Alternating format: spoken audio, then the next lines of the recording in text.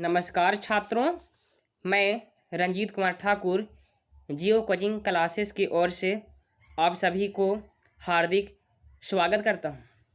छात्रों, आज मैं बिहार बोर्ड मैट्रिक के सब्जेक्ट संस्कृत के कुछ लघु उत्तरीय प्रश्नों का उत्तर इस वीडियो में मैं डाल रहा हूं, जो एग्ज़ाम के दृष्टि से काफ़ी महत्वपूर्ण है। मैं इस वीडियो में बिल्कुल VVI सवाल डाला हूँ। छात्र लोग इसे स्क्रीनशॉट करके या अपनी कॉपी में नोट करके याद कर सकते हैं और एग्ज़ाम में अच्छे नंबर से पास हो सकते हैं। मैं इस वीडियो में 1 से लेकर 17 तक प्रश्न उत्तर डाला हूँ और 18 से अगला वीडियो में डाल दूँगा। सभी छात्रों से मेरी विनती है कि जियो कोचिंग क्लासेस चैनल को सब्सक्राइब करें। वीडियो अच्छी लगे तो लाइक करें और अपने दोस्तों को शेयर करें। संस्कृत में जितने भी VVI सवाल है मैं डेली डालता रहूँगा। Jio coaching classes Sewati, Imamganj, Gaya, Bihar. Sanskrit study material for BSEB matric by Ranjit Kumar Thakur. Sanskrit के महत्वपूर्ण प्रश्न 2 अंक वाले। प्रश्न 1, मंगलम पाठ के आधार पर सत्य की महत्ता पर प्रकाश डालें, यानी सत्य की विशेषताओं को लिखें। उत्तर, मंगलम पाठ के आधार पर हमें जानकारी मिलती है कि संसार में केवल सत्य की ही जीत होती है, झूठ की नहीं। सत्य के द्वारा ही ईश्वर को प्राप्त किया जा सकता है। सत्य से देवताओं के मार्ग का विस्तार होता है और ऋषि मुनि लोग सत्य को प्राप्त करने के लिए ही देवलोक जाते हैं। प्रश्न 2, मंगलम पाठ के आधार पर आत्मा की विशेषताओं को लिखें। उत्तर, आत्मा मनुष्य की हृदय रूपी गुफा में बंद है। आत्मा सूक्ष्म से भी सूक्ष्म और महान से महान है। आत्मा कभी नहीं मरती है, बल्कि यह एक रूप से दूसरे रूप में जन्म ले लेती है। वह अमर है। प्रश्न 3, उपनिषद को आध्यात्मिक ग्रंथ क्यों कहा गया है? उत्तर, उपनिषद एक आध्यात्मिक ग्रंथ है क्योंकि यह आत्मा और परमात्मा के संबंध के बारे में विशेष जानकारी देती है। परमात्मा संपूर्ण संसार में शांति स्थापित करते हैं। प्रश्न 4, भारत महिमा पाठ के आधार पर बताएं कि भारत भूमि यानी मातृभूमि कैसी है? उत्तर, भारत भूमि हमेशा पवित्र और ममतामयी है। यहाँ विभिन्न जातियों और धर्मों के लोग एकता की भावना से रहते हैं। भारत भूमि अति विशाल है। यह नदियों, सागरों, झरनों, वनों आदि से सेवित है। प्रश्न 5, देवता लोग किस देश का गुणगान करते हैं और क्यों? उत्तर, देवता लोग भारत देश का गुणगान करते हैं क्योंकि भारत की भूमि स्वर्ग और मोक्ष है। मोक्ष का मतलब होता है सफलता। मोक्ष प्राप्त करने का साधन है। मनुष्य भारत भूमि पर जन्म लेकर भगवान हरि यानी विष्णु की सेवा करने लायक बनते हैं। प्रश्न 6, भारत महिमा पाठ से हमें क्या शिक्षा मिलती है? उत्तर, भारत महिमा पाठ से हमें यह शिक्षा मिलती है कि हमें भारतीय होने पर गर्व होना चाहिए, हमें देशभक्त होना चाहिए और सभी भारतीयों को एक साथ मिलजुल कर रहना चाहिए। प्रश्न 7, नीति श्लोका पाठ के आधार पर बताएं कि नरक के कितने द्वार हैं?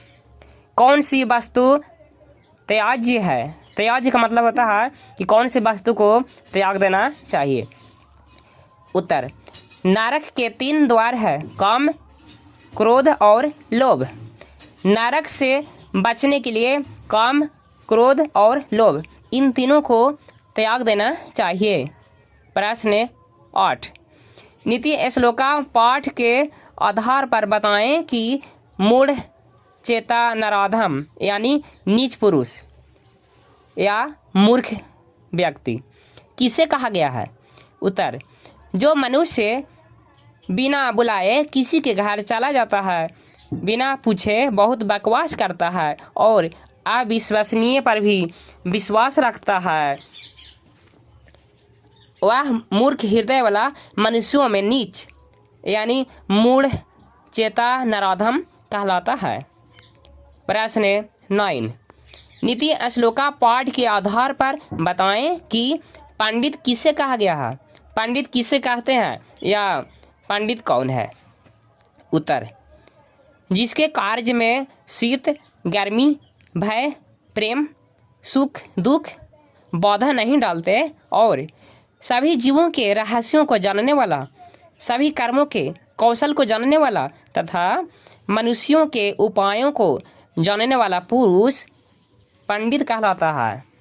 प्रश्न 10, नीति श्लोका पाठ से हमें क्या शिक्षा मिलती है। उत्तर, नीति श्लोका पाठ से हमें शिक्षा मिलती है कि अच्छा व्यवहार से हम बुरे व्यवहार को खत्म कर सकते हैं, काम क्रोध और लोभ को नष्ट करके नरक जाने से बच सकते हैं। प्रश्न 11, नीति श्लोका पाठ के आधार पर मनुष्य के 6 दोषों का वर्णन करें। उत्तर, मनुष्यों के 6 प्रकार के दोष निंद्रा, तंद्रा, भय, क्रोध, आलस्य और दीर्घसूत्रता है। जो मनुष्य जीवन में सफलता हासिल करना चाहते हैं तो इन 6 दोषों को छोड़ना पड़ेगा, क्योंकि अधिक नींद के कारण वह हर काम में समय पर नहीं कर पाता। क्योंकि अधिक नींद के कारण मनुष्य किसी काम को समय पर नहीं कर पाता है। तंद्रा के कारण वह हर काम में पीछे रह जाता है। भय के कारण वह किसी काम को शुरू नहीं करता है। तो क्रोध के कारण बना काम भी बिगाड़ जाता है। आलस्य के कारण कोई भी काम समय पर नहीं हो पाता है। दीर्घसूत्रता के कारण कोई काम जल्दी समाप्त नहीं होता है, आज का काम कल पर छोड़ देता है। दीर्घसूत्रता का मतलब होता है कि किसी काम को बहुत लंबे समय तक करते रहना। प्रश्न 12, नीति श्लोका पाठ के आधार पर स्त्रियों की विशेषताओं को लिखें। उत्तर, स्त्रियां घर की लक्ष्मी होती है। स्त्रियों को सौभाग्यशाली, पूजनीय और घर के ज्योति कहा गया है। स्त्रियां महापुरुषों को जन्म देने वाली होती है। प्रश्न 13, नीति श्लोका पाठ के आधार पर बताएं कि उन्नति यानी प्रगति चाहने वालों को क्या करना चाहिए। उत्तर, उन्नति चाहने वाले व्यक्ति को निंद्रा, तंद्रा, भय, क्रोध, आलस्य और दीर्घसूत्रता इन 6 दोषों को त्याग देना चाहिए। प्रश्न 14, नीति श्लोका पाठ के आधार पर बताएं कि सुलभ और दुर्लभ कौन है। उत्तर, सदा प्रिय वचन बोलने वाले यानी अच्छा बोलने वाले मनुष्य सुलभ है। अप्रिय और जीवन के सही मार्ग पर चलने के लिए कहने वाले और सुनने वाले मनुष्य दोनों ही दुर्लभ है। प्रश्न 15, सिख संप्रदाय के लोगों के लिए पटना नगर क्यों महत्वपूर्ण है।